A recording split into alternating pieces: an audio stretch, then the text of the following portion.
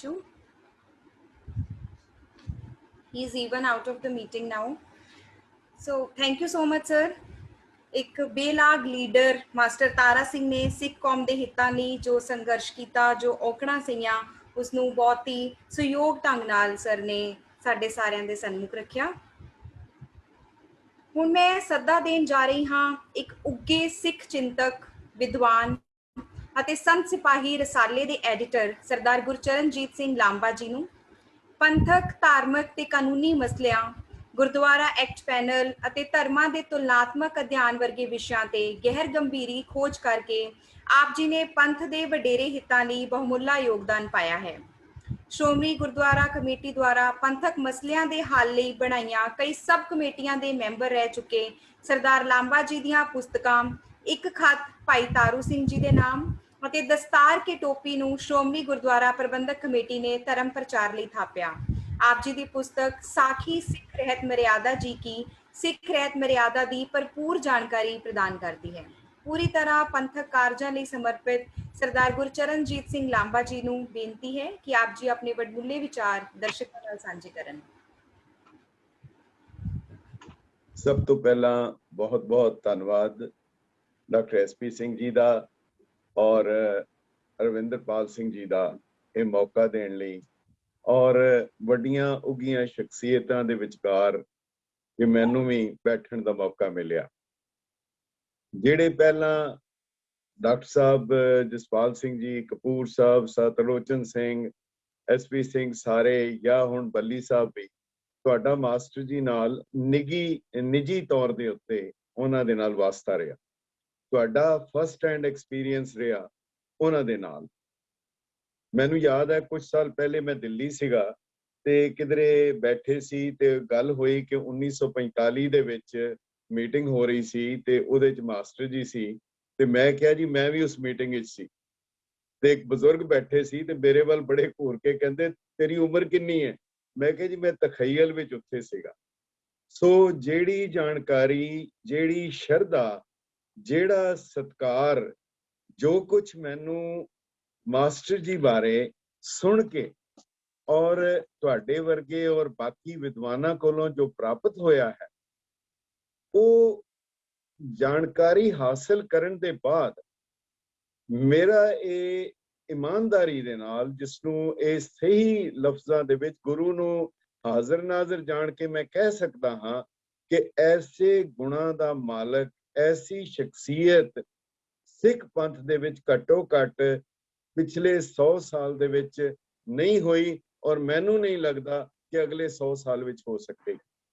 बड़े ईमानदार बंदे होणगे, पिंड दा एक आम किरती बहुत ईमानदार है, बहुत गुरसिख हैं, बहुत ज्यादा जिन्हां दा जीवन जेड़ा पूरी तरह समर्पित है गुरसिखी नूं।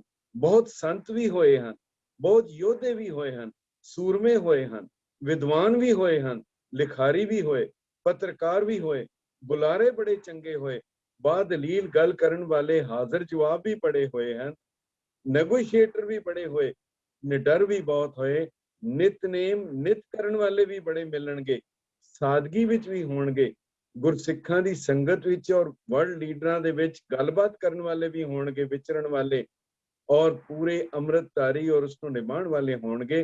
पर इन्हां सारे गुणां नूं मिला के अगर मुजस्मा अगर एक लीडर को ना लै लो, मैनू ऐसा रोल मॉडल घट्टो घट मेरी जानकारी दे विच नहीं है जिहदे विच ये सारे गुण मिला के वो इकट्ठे कर दिते जाण। इसलिए मैं जदों मास्टर तारा सिंह जी बारे पढ़िया, फिर सुनिया, पिता जी कोलों सुनिया, परिवार चों सुनिया, फिर उहदे बाद जेड़े मास्टर जी नूं मिले मैं उन्हां नूं मिलिया और उहदे बाद जो कुछ मैं हासिल कीता मैनू लगदा है कि मैं मास्टर जी दे बहुत करीब हाँ, बहुत ज्यादा करीब हाँ। मैं जदों सरदार हरचंद सिंह जेजी जी नूं मिलिया ते उन्हां नूं जदों मिलिया तां यकीन मन्नो उन्हां दी अखां 'च अथरू आ गए जदों मास्टर तारा सिंह दा नाम सुनिया। सो ऐसी शख्सियत जदों मैं जयप्रकाश नारायण जी नूं मिलिया, जदों उन्हां नाल गलबात हुई तां वो इतने भावुक हो गए। फिर पटना साहब मुलाकात हुई खान अब्दुल गफार खान, वो जदों आए उन्हां दे नाल फिर master Tara Singh memorial library बनी और ਉਹਦਾ उद्घाटन जय प्रकाश नारायण जी ने किया। खान अब्दुल गफार खान साहब उत्थे सन, वो उठ नहीं सी सकते, उन्होंने लिखती सुनेहा दिता।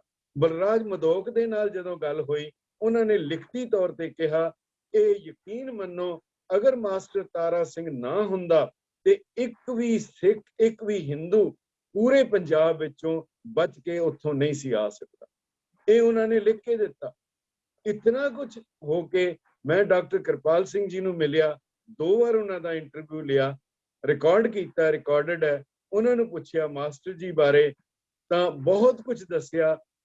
अखीर विच उन्हां नूं पुछया, इत्थे खास करके विदेशां दे विच दूजी जगह सारा ब्लेम किया जाता है कि खालिस्तान मिलता सी, ये कितनी सच्चाई है?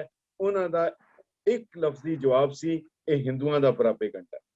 जदों डॉक्टर गरेवाल साहब का इंटरव्यू लिया, 2 बार लिया, उन्होंने भी इंटरव्यू रिकॉर्डेड है कि जे इतनी वड्डी शख्सियत के मालक सी, डॉक्टर साहब जसपाल सिंह जी ने वो जिहड़ी किताब छापी, वो एक इतिहासक किताब है।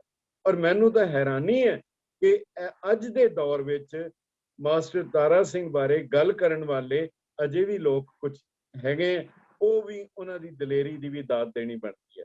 डॉक्टर साहब ने पूछया, डॉक्टर गरेवाल साहब ने, कि मास्टर जी दी शख्सियत दी उन्हां दीयां गल्लां तुसीं दस रहे हो ते उन्हां दी इतनी कंट्रीब्यूशन नूं क्यों नहीं उजागर किया गया?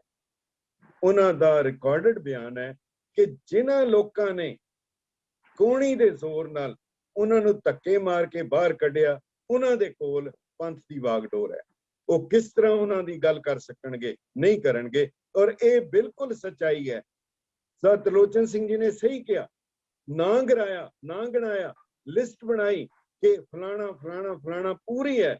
मेरा ख्याल है जिस किसी ने पंजाब के पॉलिटिक्स विच कुछ भी हासिल किया है, मास्टर तारा सिंह दी उन्हां दे सहयोग नाल कीता है। और जिसने दूजी कैटेगरी विच जिसनों कुछ प्राप्त होया, मास्टर तारा सिंह दे विरोध करके प्राप्त होया। ये सेंटर पॉइंट हैगा मास्टर तारा सिंह के जेड़े अगर किसी ने कुछ हासिल भी करना है तो मास्टर तारा सिंह दे नाल जुड़े, जिन्हें कुछ होर हासिल करना है दूजे पासे वो मास्टर तारा सिंह की विरोधता करे, उन्होंने भी बहुत कुछ मिल जाएगा। और 1947 तो बाद यही होया। वो जेड़े सिख लीडर, मैनू कोई गुरेज नहीं ना लैण विच भी, उन्हां जिन्हां ने मास्टर तारा सिंह की बदौलत उत्थे तक पहुंचे, सारा कुछ होया। और उन्होंने बाद विच वो रोल अदा किया जिहड़ा कि पूरी कौम नूं शर्मसार करेगा। उन्होंने ही मास्टर तारा सिंह जी के बारे ऐसे लफ्ज वरते जिहड़े कि अकिरत गणता दी शायद उस कैटेगरी दे विच आउणगे। साहब बलदेव सिंह जदों डिफेंस मिनिस्टर बनते हैं, पहला काम करते हैं मास्टर तारा सिंह नूं अरेस्ट करते, जेल विच पाते हैं। और उस वेले मैं डॉक्टर राजिंद्रा प्रसाद दी पढ़ रहा, कॉरस्पॉन्डेंस है, मास्टर तारा सिंह जेल विच है, उन्होंने खुराक नहीं दी जा रही। जिस शख्स ने पूरे मुल्क के लिए इतना कुछ किया, उन्होंने खुराक नहीं दी जा रही। और राजिंद्रा प्रसाद ने नेहरू नूं चिट्ठी लिखी कि उन्होंने खुराक जिहड़ी उन्होंने पूरी की जाए। कितनी मुल्क लिए अकिरत करता और शर्म की गल है कि ऐसी शख्सियत के नाल इस तरह का वतीरा किया जाए। मास्टर तारा सिंह नूं पटेल ने कहा कि मैं तैनू 1 मिनट विच रगड़ सकदा। मास्टर जी ने कहा कि मेरी उम्र, मेरी अवस्था, मेरा बुढ़ापा इस तरह का, एक 6 साल का बच्चा मैनू धक्का मार के सुट सकता है। तू तो बहुत बड़ा है, तू तो हिंदुस्तान का इतना बड़ा लीडर है, मैं तेरी गल नहीं कर सकता। पर गल यह है कि तू मैनू चैलेंज नहीं कर रहा, तू मेरी कौम नू चैलेंज कर रहा है और मैनू ये चैलेंज मंजूर है। और उस वेले जिहड़े उन्हां दे लफज हैं मास्टर जी दे, कहंदे नेहरू और पटेल दोनों नू मुखातब करके कहंदे हन, ओए आकड़ खां, भपकियां मारन वाले, किस नू धमकियां दिंदे हो? उस गुरु गोबिंद सिंह दे सिख नू जिसने बाल बच्चा वार के उसने माफी नहीं मंगी, जफरनामा लिखिया सी। कहंदे तुसी ला लो जोर जिन्ना लाना है, जित होएगी मेरी होएगी, मेरे जींदियां जी हो जाए या मेरे मरण तो बाद होएगी। ये जिहड़ा दसिया गया है लव एंड हेट दा, पर वो कदी भी आपे तो उस तो बाहर नहीं होए, शाइस्तगी तो बाहर नहीं होए।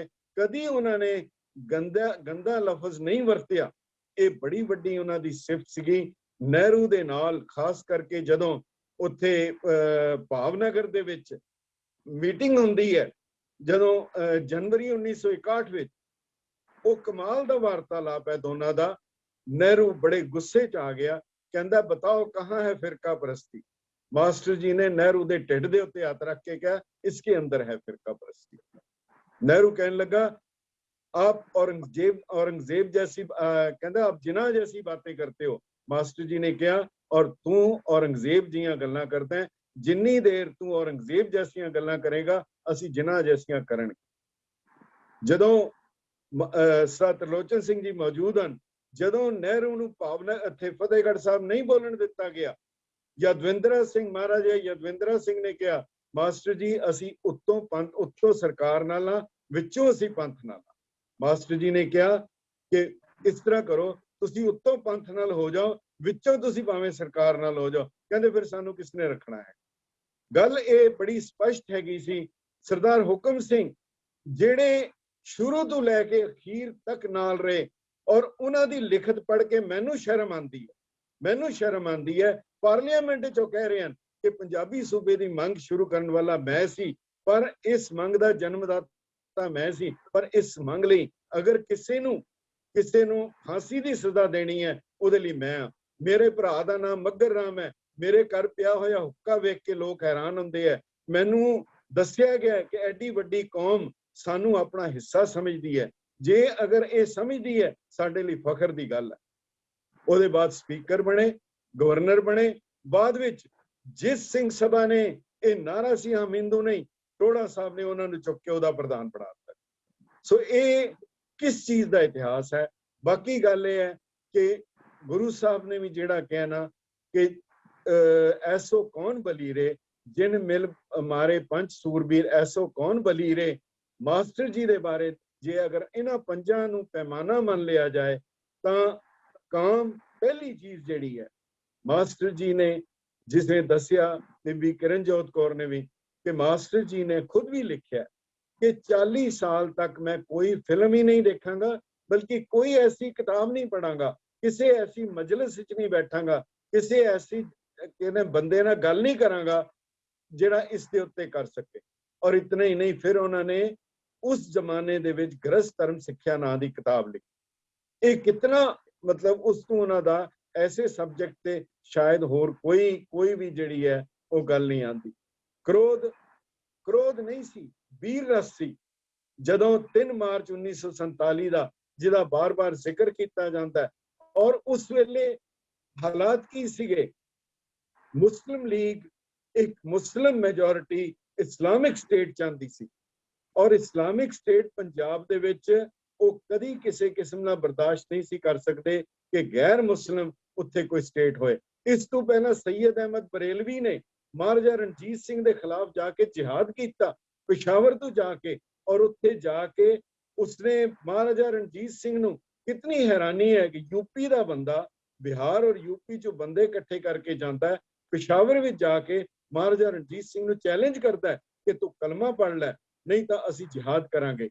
ਉਹ ਤਾਂ ਫਕੀਰ ਅਜ਼ੀਜ਼ੁਦੀਨ ਨੂੰ ਭੇਜਿਆ ਮਹਾਰਾਜਾ ਰਣਜੀਤ ਸਿੰਘ ਨੇ, ਔਰ ਉਹਦੇ ਪਠਾਨ ਉਹਦਾ ਸਾਥ ਛੱਡ ਗਏ। ਬਾਅਦ ਵਿੱਚ ਜਦੋਂ ਝੜਪ ਹੋਈ, ਉਹ ਸੈਯਦ ਅਹਿਮਦ ਬਰੇਲਵੀ ਬਾਲਾਕੋਟ ਦੇ ਵਿੱਚ ਮਾਰਿਆ ਗਿਆ, ਜਿੱਥੇ ਪਿੱਛੇ ਇੱਕ ਸਟ੍ਰਾਈਕ ਕੀਤੀ ਗਈ ਹੈ, ਉੱਥੇ ਉਹਦੀ ਯਾਦ ਹੈ। ਸੋ ਇਹ ਮੁਸਲਿਮ ਲੀਗ ਦਾ 1947 ਵਿੱਚ ਸੀ ਕਿ ਤੁਸੀਂ ਸਾਨੂੰ ਪਾਵਰ ਦੇ ਦਿਓ, ਅਸੀਂ ਤੁਹਾਡੇ ਹਕੂਕ ਰੱਖਾਂਗੇ। ਮਾਸਟਰ ਜੀ ਦਾ ਕਹਿਣਾ ਸੀ ਇਹ ਬਹੁਤ ਵਧੀਆ ਦਲੀਲ ਹੈਗੀ ਹੈ ਕਿ ਸਾਨੂੰ ਤੁਸੀਂ ਪਾਵਰ ਦਵਾ ਦਿਓ, ਫਿਰ ਤੁਹਾਡੇ ਕੋਲੋਂ ਅਸੀਂ ਪਾਵਰ ਮੰਗ। ਗੱਲ ਤਾਂ ਇਹ ਹੈ ਕਿ ਕਿਸੇ ਕੀਮਤ ਦੇ ਉੱਤੇ ਉਹ ਕਿਸੇ ਕੌਮ ਦਾ ਗਲਬਾ ਨਾ ਕਿਸੇ ਤੇ ਗਾਲਬ ਹੋਣਾ ਚਾਹੁੰਦੇ ਸੀ, ਨਾ ਗਲਬਾ ਬਰਦਾਸ਼ਤ ਕਰਦੇ ਸੀ। ਜਿਵੇਂ ਦੱਸਿਆ ਗਿਆ ਡਾਕਟਰ ਸਾਹਿਬ ਨੇ ਵੀ ਕਿ ਜਦੋਂ ਨਹਿਰੂ ਰਿਪੋਰਟ ਵਿੱਚ ਸਿੱਖਾਂ ਨੂੰ ਇਗਨੋਰ ਕਰ ਦਿੱਤਾ ਗਿਆ, 1947 ਵਿੱਚ ਵੀ ਇਹੀ ਗੱਲ ਬਣੀ ਬਿਲਕੁਲ। ਔਰ ਇਸ ਨੂੰ ਸਰਦਾਰ ਕਪੂਰ ਸਿੰਘ ਨੇ ਇਮਾਨਦਾਰੀ ਨਾਲ ਲਿਖਿਆ ਕਿ ਬਿਲਕੁਲ ਸਿੱਖ ਸਟੇਟ ਨਹੀਂ ਸੀ ਦਿੱਤੀ ਜਾ ਰਹੀ, ਦਰਅਸਲ ਸਿੱਖਾਂ ਨੂੰ ਸਬ ਨੇਸ਼ਨ ਕਹਿ ਕੇ ਇੱਕ ਗੱਲ ਕੀਤੀ ਜਾ ਰਹੀ ਸੀ। ਸਿੱਖ ਕਿਵੇਂ ਮੰਨ ਸਕਦੇ ਸੀ ਕਿ ਅਸੀਂ ਸਬ ਨੇਸ਼ਨ ਦੇ ਵਿੱਚ ਰਵਾਂਗੇ। ਔਰ ਅੱਜ ਦੇ ਪਾਕਿਸਤਾਨ ਦੇ ਹਾਲਾਤ ਉਹ ਦੱਸ ਰਹੇ ਹਨ। ਅਸਲ ਵਿੱਚ ਬਦਕਿਸਮਤੀ ਇਹ ਹੈ ਕਿ ਜਿਹੜਾ ਮੌਜੂਦਾ ਸਿਸਟਮ ਜਿੱਥੇ ਵੀ ਅੰਗਰੇਜ਼ਾਂ ਨੇ ਛੱਡਿਆ, ਉੱਥੇ ਡੈਮੋਕ੍ਰੈਟਿਕ ਪ੍ਰਿੰਸੀਪਲ ਦੇ ਨਾਲ ਹੈ, ਵੋਟਾਂ ਦਾ 101 ਗਦਾ 100 ਸ਼ੇਰਾਂ ਤੇ ਰਾਜ ਕਰੇਗਾ, ਇਹ ਬੇਸਿਕ ਪ੍ਰਿੰਸੀਪਲ ਹੈਗਾ। ਇਹ ਜਿਹੜਾ ਡੈਮੋਕ੍ਰੇਸੀ ਦਾ ਪ੍ਰਿੰਸੀਪਲ ਹੈ, ਇਸ ਤੋਂ ਯੂਰਪ ਵਾਲੇ ਵੀ ਇਤਰਾ ਰਹੇ ਹੈ, ਅੱਜ ਉਹ ਵੀ ਡਰ ਰਹੇ ਹੈ ਕਿ ਸਾਡੀ ਆਇਡੈਂਟੀਟੀ ਖਤਮ ਹੋ ਜਾਏਗੀ ਜੇ ਇਹ ਗਿਣਤੀ ਜਿਹੜੀ ਹੈਗੀ ਹੈ। ਔਰ ਉਸ ਵੇਲੇ ਗਿਣਤੀ ਦੇ ਉੱਤੇ ਆਧਾਰਿਤ ਹੋਣਾ ਸੀਗਾ। ਔਰ ਜਿਹੜੀ ਚੀਜ਼ ਬਣ ਰਹੀ ਸੀ, ਕਾਂਗਰਸ ਨੇ ਪਹਿਲਾਂ ਕਹਿ ਦਿੱਤਾ ਕਿ ਅਸੀਂ ਬਿਲਕੁਲ ਪਾਕਿਸਤਾਨ ਦੀ ਮੰਗ ਨਹੀਂ ਮੰਨਾਂਗੇ। ਔਰ ਜਿਹੜਾ ਕਿਹਾ ਜਾਂਦਾ ਹੈ ਕਿ 3 ਮਾਰਚ ਨੂੰ ਮਾਸਟਰ ਜੀ ਨੇ ਸੋ ਕਾਲਡ ਝੰਡਾ ਫਾੜਿਆ, ਨਾ ਝੰਡਾ ਸੀ ਨਾ ਕੁਝ ਸੀ। ਹਾਂ, ਉਹਨਾਂ ਨੇ ਨਾਰਾ ਜ਼ਰੂਰ ਮਾਰਿਆ, ਔਰ ਉਹ ਨਾਰੇ ਦੀ ਬਦੌਲਤ ਜਿਹੜੀ ਹੈ ਪੰਜਾਬ ਦੇ ਬਟਵਾਰੇ ਦੀ ਮੰਗ ਹੋਈ। ਕਾਂਗਰਸ ਮੁਸਲਿਮ ਲੀਗ ਨੇ ਦੇਸ਼ ਦੇ ਬਟਵਾਰੇ ਨੂੰ ਮੰਗ ਕੀਤੀ, ਮਨਵਾਇਆ, ਮਗਰ ਇਹ ਮਾਸਟਰ ਤਾਰਾ ਸਿੰਘ ਜੀ ਦੀ ਦੇਣ ਹੈ ਕਿ ਉਹਨਾਂ ਨੇ ਪੰਜਾਬ ਦੇ ਬਟਵਾਰੇ ਦੀ, ਡਾਕਟਰ ਕਿਰਪਾਲ ਸਿੰਘ ਜੀ ਨੇ ਜਿਹੜੀਆਂ ਕਿਤਾਬਾਂ ਲਿਖੀਆਂ ਉਹ ਪਾਰਟੀਸ਼ਨ ਆਫ ਪੰਜਾਬ ਲਿਖਿਆ, ਪੰਜਾਬ ਦਾ ਬਟਵਾਰਾ ਜਿਹੜਾ ਇਹ ਮਾਸਟਰ ਜੀ ਨੇ ਕੀਤਾ ਹੈਗਾ। ਇਹ ਬਹੁਤ ਵੱਡੀ ਗੱਲ ਹੈ ਜਿਹੜੀ ਉਹਨਾਂ ਨੇ ਕਰਕੇ ਦਿੱਤੀ। ਮਾਸਟਰ ਜੀ ਲਈ ਪੰਥ ਔਰ ਪੰਥ ਹੀ ਸਭ ਕੁਝ ਸੀਗਾ। ਇੱਕ ਪਾਸੇ ਉਹ ਹਮੇਸ਼ਾ ਕਹਿੰਦੇ ਸੀ ਮੈਨੂੰ ਉਸ ਪਾਰਟੀ ਦੇ ਨਾਲ ਕੋਈ ਦਿੱਕਤ ਨਹੀਂ ਜਿਹੜੀ ਦੇਸ਼ ਦੇ ਹਿੱਤਾਂ ਦੀ ਗੱਲ ਕਰੇ ਔਰ ਪੰਥ ਦੇ ਸਿੱਖਾਂ ਦੇ ਹਿੱਤਾਂ ਦੀ ਵੀ ਗੱਲ ਕਰੇ। ਕਾਂਗਰਸ ਕੇਵਲ ਦੇਸ਼ ਦੇ ਹਿੱਤ ਦੀ ਗੱਲ ਕਰਦੀ ਸੀ। ਗਾਂਧੀ ਨੇ ਕਿਹਾ ਸੀ ਕਿ ਤੁਸੀਂ ਦੇਸ਼ ਆਜ਼ਾਦ ਹੋ ਜਾਣ ਦਿਓ, ਬਾਅਦ ਵਿੱਚ ਅਸੀਂ ਸਿੱਖਾਂ ਦਾ ਮਸਲੇ ਹੱਲ ਹੋ ਜਾਣਗੇ। ਜੇ ਹੁੰਦਾ ਤੇ ਕੈਸੇ ਮਸਲੇ ਹੱਲ ਹੋਣੇ ਸੀ, ਇਹ ਸਹਿਜ ਹੀ ਅਨੁਮਾਨਿਆ ਜਾ ਸਕਦਾ ਹੈ। ਮਾਸਟਰ ਜੀ ਕਹਿੰਦੇ ਸੀ ਕਿ ਜਿਹੜੀ ਪਾਰਟੀ ਦੇਸ਼ ਦੇ ਔਰ ਸਿੱਖਾਂ ਦੇ ਹਿੱਤਾਂ ਦੀ ਗੱਲ ਕਰੇਗੀ, ਮੈਂ ਕੇਵਲ ਉਸ ਦੀ ਗੱਲ ਕਰ ਸਕਦਾ ਹੈਗਾ। ਮੈਨੂੰ ਯਾਦ ਹੈ, ਮੈਂ ਇੱਕ ਐਨੈਕਡੋਟ ਉਹਨਾਂ ਦੀ ਖਾਸ ਦੱਸਣਾ ਚਾਹਾਂਗਾ। ਮੇਰੀ ਗੱਲਬਾਤ ਹੋਈ ਭਾਈ ਮੋਹਨ ਸਿੰਘ ਜੀ ਨਾਲ। ਕਹਿਣ ਲੱਗੇ ਜਦੋਂ ਮਾਸਟਰ ਜੀ ਪੰਥ ਔਰ ਦੇਸ਼ ਦੇ ਵਿਚਕਾਰ ਗੱਲ ਕਰਦੇ ਸੀ, ਬਾਰ-ਬਾਰ ਇਹ ਹੁੰਦਾ ਸੀ, ਉਹਨਾਂ ਤੇ ਇਲਜ਼ਾਮ ਲੱਗਦਾ ਸੀ ਕਿ ਤੁਸੀਂ ਦੱਸੋ। ਨਹਿਰੂ ਨੇ ਸਪਸ਼ਟ ਤੌਰ ਤੇ ਕਹਿਤਾ ਕਿ ਮਾਸਟਰ ਤਾਰਾ ਸਿੰਘ ਸਪਸ਼ਟ ਤੌਰ ਤੇ ਜਵਾਬ ਦੇਵੇ ਕਿ ਤੁਹਾਡੇ ਲਈ ਦੇਸ਼ ਪਹਿਲੇ ਹੈ ਕਿ ਪੰਥ ਪਹਿਲੇ ਹੈ। ਭਾਈ ਮੋਹਨ ਸਿੰਘ ਜੀ ਨੇ ਮੈਨੂੰ ਦੱਸਿਆ ਕਿ ਕਹਿੰਦੇ ਮਾਸਟਰ ਜੀ ਮੇਰੇ ਕੋਲ ਆ ਗਏ, ਔਰੰਗਜ਼ੇਬ ਰੋਡ ਤੇ ਕੋਠੀ ਸੀ। ਜਦੋਂ ਪਹੁੰਚੇ ਤੇ ਬੜੇ ਕਾਲੇ ਸੀ, ਬਹੁਤ ਕਾਲੇ। ਕਹਿੰਦੇ ਮੋਹਨ ਸਿੰਘ ਛੇਤੀ ਕਰ, ਪ੍ਰੈਸ ਕਾਨਫਰੰਸ ਬੁਲਾ। ਕਹਿੰਦੇ ਮੈਂ ਥੋੜਾ ਸ਼ਸ਼ੋ ਪੰਜ ਚ ਪੈ ਗਿਆ ਕਿ ਇਹਨੇ ਬੋਲਣਾ ਹੈ ਨਹਿਰੂ ਦੇ ਖਿਲਾਫ ਤੇ ਮੈਂ ਮੇਰੀ ਪੋਜੀਸ਼ਨ ਬੜੀ ਖਰਾਬ ਹੋ ਜਾਏਗੀ, ਮਗਰ ਕਰ ਕੁਝ ਨਹੀਂ ਸਕਦਾ ਸੀ। ਕਹਿੰਦੇ ਕਿ ਮੈਂ ਇਹਨੂੰ ਪ੍ਰੈਸ ਕਾਨਫਰੰਸ ਅਰੇਂਜ ਕਰ ਦਿੱਤੀ।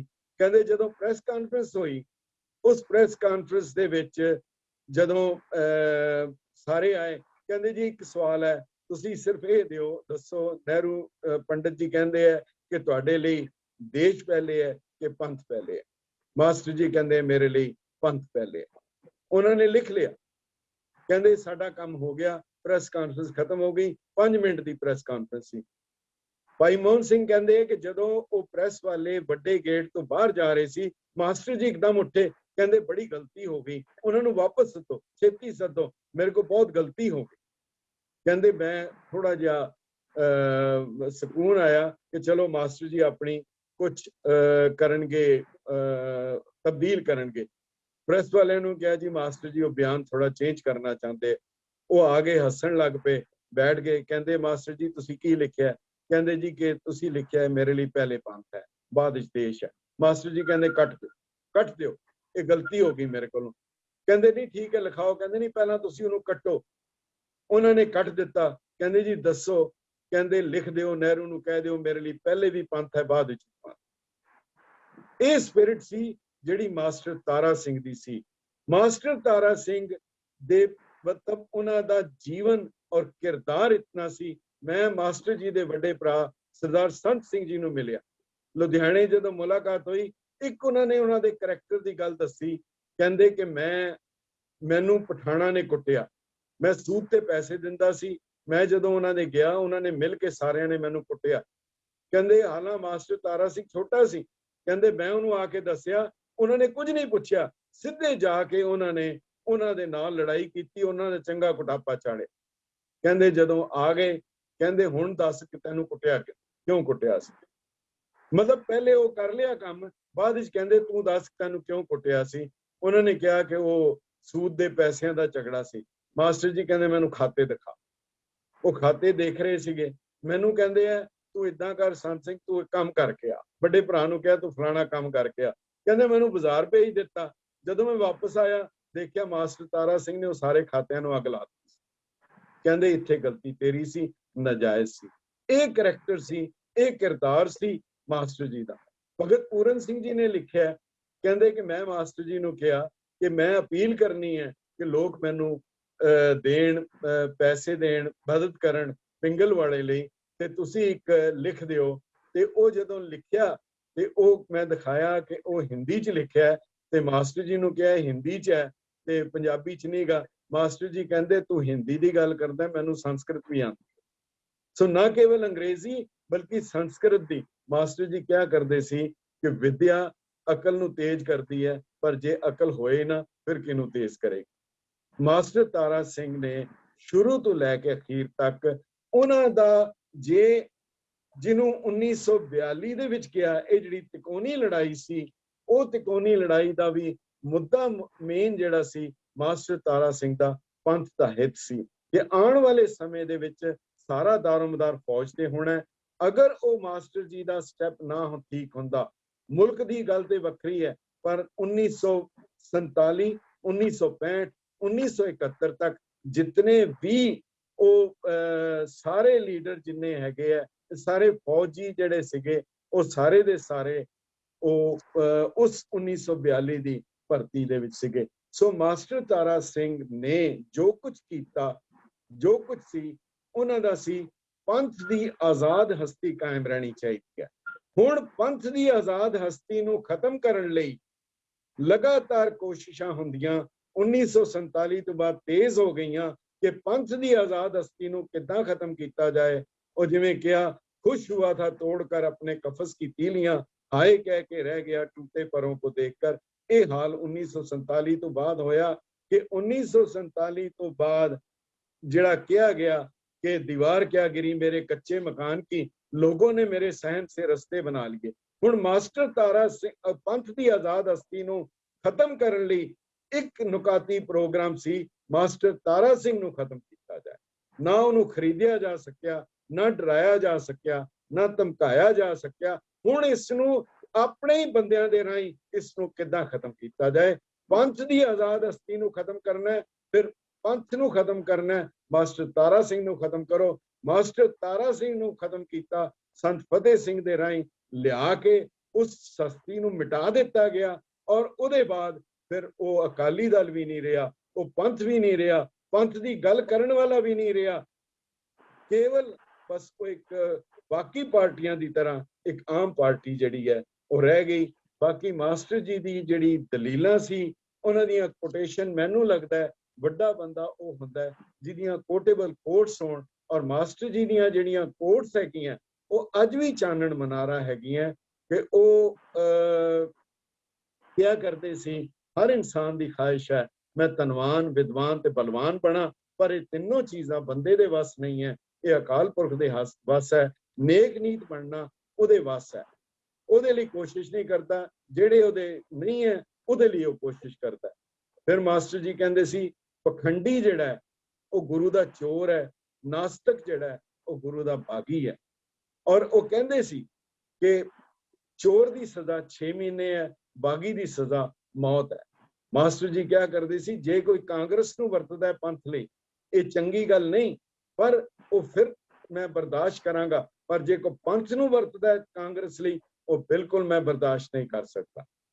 मास्टर जी की एक होर बड़ी वड्डी कोटेशन है कि जे पिंड दे थाणेदार दा कुत्ता मर जाए सारा पिंड अफसोस करन जांदा है, पर जे पिंड दा थाणेदार मर जाए फिर पिंड दा कुत्ता भी नहीं पुछण जांदा। तो ये मास्टर जी की शख्सियत जिहड़ी एक ईमानदार, गुरसिख, योद्धा, एक बुलारा, एक दलील देण वाला, वो सारे गुण अगर किसी वाहिगुरु ने किसी वेले बैठ के एक इंसान दे विच रखे है, वो केवल मास्टर तारा सिंह है। असी अरदास करिए। बाकी गल है, मास्टर जी हमेशा क्या करते सी, उन्होंने पुछया कि हुण की करना चाहिए, किहड़ी लहर शुरू करनी चाहिए है। उन्हां दी बहुत वड्डी लाइन है। मास्टर जी कहंदे सी हुण किसी लहर की लोड़ नहीं, किसी मोर्चे की लोड़ नहीं, हुण केवल एक लोड़ है, असी अपने आप को सिख बनाइए, असी ये लहर शुरू करिए। असी सिख नहीं रहे, असी अपने आप को सिख बनाने लई करिए। बाकी एक गल जरूर मैं अखीर च कहनी चाहांगा कि मास्टर तारा सिंह की एक होर वड्डी खूबी सी, ਉਹ ਮੋਰਚਾ ਸ਼ੁਰੂ ਕਰਦੇ ਸੀ, ਪਰ ਮੋਰਚਾ ਸ਼ੁਰੂ ਕਰਕੇ ਜਿੱਥੇ ਕੁਝ ਹਾਸਲ ਕਰ ਲਿਆ, ਅੱਗੇ ਆਬਸਟੈਕਲਸ ਆਈਆਂ, ਉਹ ਫਿਰ ਮੋਰਚੇ ਨੂੰ ਸਮੇਟ ਵੀ ਦਿੰਦੇ ਸੀ, ਉਹਨੂੰ ਬੰਦ ਵੀ ਕਰ ਦਿੰਦੇ ਸੀ, ਸਮਝੌਤਾ ਵੀ ਕਰ ਲੈਂਦੇ ਸੀ। ਔਰ ਜੇ ਕਿਧਰੇ ਗਲਤੀ ਹੋ ਜਾਏ, ਮਾਸਟਰ ਜੀ ਕਿਹਾ ਕਰਦੇ ਸੀ ਕਿ ਆਪਣੀ ਗਲਤੀ ਦੀ ਸਮਝ ਆ ਜਾਣ ਨਾਲ ਅੱਧੀ ਠੀਕ ਹੋ ਜਾਂਦੀ ਹੈ, ਮੰਨ ਲੈਣ ਨਾਲ ਪੂਰੀ ਠੀਕ ਹੋ ਜਾਂਦੀ ਹੈ। ਮਾਸਟਰ ਤਾਰਾ ਸਿੰਘ ਨੇ ਲਿਖਤੀ ਤੌਰ ਤੇ ਸਰ ਸੁੰਦਰ ਸਿੰਘ ਮਜੀਠੀਆ ਨੂੰ ਮਾਫੀ ਮੰਗੀ ਕਿ ਮੇਰੇ ਕੋਲੋਂ ਤੁਹਾਡੇ ਬਾਰੇ ਗਲਤ ਚੀਜ਼ ਛਪ ਗਈ ਸੀ, ਪਰ ਅਖਬਾਰ ਵਿੱਚ ਛਪ ਜਾਂਦਾ ਹੈ। ਐਸੀ ਦਲੇਰੀ, ਐਸੀ ਜੁਰਤ ਕਿਸੇ ਹੋਰ ਸ਼ਖਸ ਵਿੱਚ ਮਿਲਣੀ ਮੈਨੂੰ ਨਹੀਂ। ਮੈਂ ਤੁਹਾਡਾ ਸਾਰਿਆਂ ਦਾ, ਵੱਡਿਆਂ ਦਾ, ਜਿਨ੍ਹਾਂ ਨੇ ਮਾਸਟਰ ਜੀ ਨਾਲ ਵਕਤ ਹੰਡਾਇਆ, ਉਹਨਾਂ ਨਾਲ ਮਿਲਣ ਦਾ ਮੌਕਾ ਮਿਲਿਆ। ਮੈਂ ਖਾਲੀ ਸੁਣ ਕੇ ਹੀ ਉਹਨਾਂ ਦੀਆਂ ਗੱਲਾਂ ਮੈਨੂੰ ਅਗਰ ਇਤਨਾ ਪ੍ਰਭਾਵਿਤ ਕਰ ਸਕੀਆਂ ਤੇ ਕੀ ਕਾਰਨ ਹੈ ਕਿ ਜਿਹੜੇ ਉਹਨਾਂ ਦੇ ਨਾਲ ਰਹੇ, ਔਰ ਹੈਰਾਨੀ ਉਹਨਾਂ ਤੇ ਹੈ ਜਿਹੜੇ ਉਹਨਾਂ ਦੇ ਨਾਲ ਰਹੇ ਉਹ ਫਿਰ ਕਿੱਦਾਂ ਮਾਸਟਰ ਜੀ ਦੇ ਖਿਲਾਫ ਬੋਲ ਸਕੇ, ਕੰਮ ਕਰ ਸਕੇ। ਔਰ ਮੈਂ ਬਹੁਤ ਧੰਨਵਾਦੀ ਹਾਂ ਕਿ ਮੈਨੂੰ ਇਹ ਮੌਕਾ ਦਿੱਤਾ ਗਿਆ। ਇਹਨਾਂ ਲਫ਼ਜ਼ਾਂ ਦੇ ਨਾਲ, ਅਗਰ ਕਿਉਂਕਿ ਮੇਰੀ ਸੁਣੀ ਸੁਣਾਈ ਗੱਲ ਦੇ ਵਿੱਚ ਅਗਰ ਕੋਈ ਗਲਤੀ ਹੋਏ, ਉਹ ਮੇਰੀ ਗਲਤੀ ਨਹੀਂ ਜੀ ਹੈ। ਜਿਵੇਂ ਮਾਸਟਰ ਜੀ ਕਹਿੰਦੇ ਸੀ, ਗਲਤੀ ਮੰਨ ਲੈਣ ਨਾਲ ਪੂਰੀ ਠੀਕ ਹੋ ਜਾਂਦੀ ਹੈ। ਵਾਹਿਗੁਰੂ ਜੀ ਕਾ ਖਾਲਸਾ, ਵਾਹਿਗੁਰੂ ਜੀ ਕੀ ਫਤਿਹ। Thank you so much sir.